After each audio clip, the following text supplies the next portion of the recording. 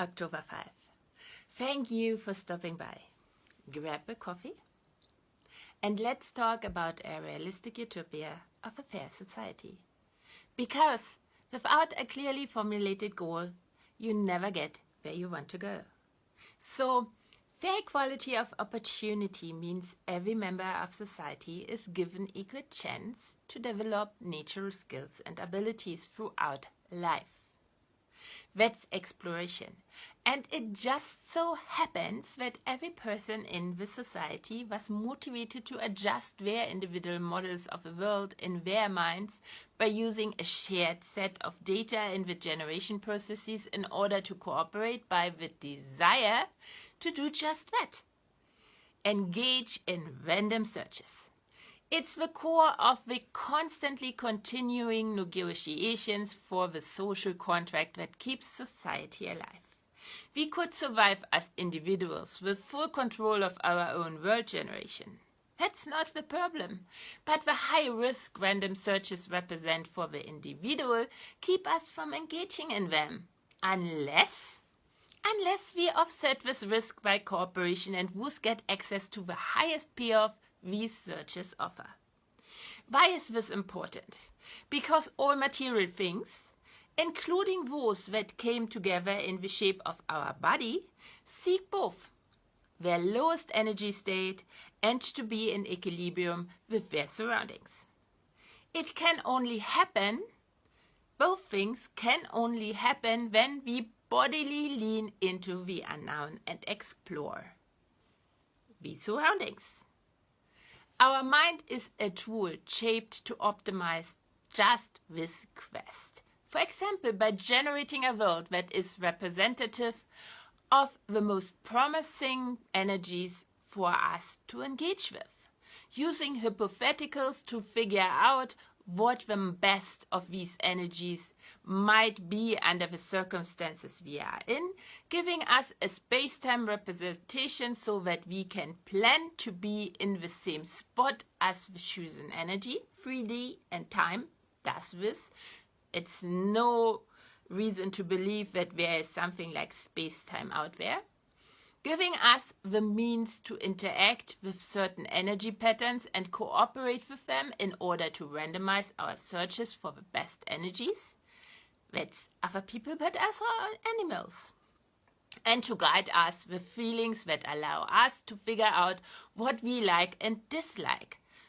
Meaning, which decisions about energies were in the interest of the material things making up our body, and that's the important part, the body, and which not so much. The mind is a tool. Rawls, like most philosophers, didn't think in these terms. I think, and I would argue, the philosophers of ancient Greece who have shaped Western thinking did so purposefully, as a response to especially the Indian philosophy that was carried into the Eastern Mediterranean and Asia Minor with numerous merchant ships following the monsoon.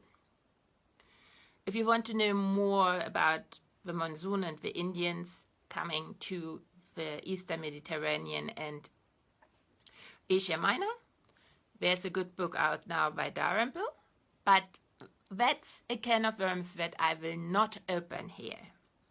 But Rawls said that the case for fair equality of opportunity rests in part on its benefits for economic efficiency and growth, in the sense that we can all gain from living in a society where everyone has the same chance to develop their skills and abilities and to compete for different jobs. That basically is an expression of the idea that random searches lead to the highest payoff, but that this is a payoff only achievable when cooperating.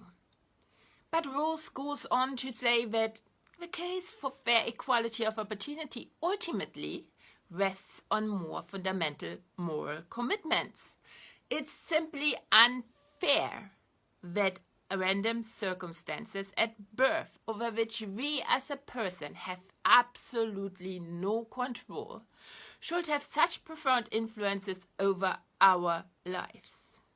Therefore, fair equality of opportunity must be promoted irrespective of whether such an initiative will increase economic growth. What he says is that economy is not everything, that a human life is not a means to end calculation. It cannot be reduced to the most selfish motivation and hence a bottom line. This reduction impoverishes our public discourse and it makes us sick, literally so. For example, humans mirror. What does it mean? It means when we watch another person peel a banana, for example, 30% of the neurons in our own brain are active that would fire if we peeled that banana. But not just that.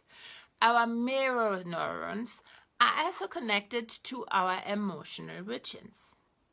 And since all our emotions lead to a physiological reaction, a bodily reaction, we pick up the emotions in the other. The reddening of a face, the goosebumps, the raising of hair, the fluttering of a heart under the skin of a throat. All these are physiological reactions and more. The widening of the dilation of the pupils. And we feel these emotions because we get the same bodily reactions, and the same bodily reactions, or 30%, go back to and are translated into emotions. So we feel the emotion of the other we see. Our vision is connected to action and to emotion. Meaning, we include the data of any other person we see in the definition of ourselves. We are the other to a certain part. Emotions are guiding principles and will shape our goals. Since part of our emotions are the emotions of others we see, part of our goals are actually their goals. So if we are denied selfless motives of our actions, that the motives that are really the goals of the others, we recognize that as harm to ourselves because the others became us, or we became the others in part. And our mind will struggle. Any thoughts? Tell me, tell all. Since our models of the world change with every new information we gather, and the models are only accessible to others when we communicate them, the reality we live in becomes only knowable to the other when we communicate it. We are part of never-ending negotiations that require constant conversations and debate. If we want to cooperate, and we want to, since we want to engage in random searches. So much for today. I will be back tonight with a TikTok live where I'm prepping our dinner. This will be potato soup with sausages.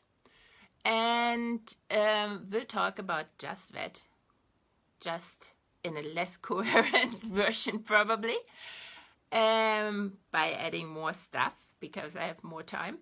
If that's not your thing, you can find me again here tomorrow at the same space where you are watching this video now, with another video about fair society and rules. Either tomorrow or the day after tomorrow, depending on how much time I have to do something tomorrow. Until then, bye.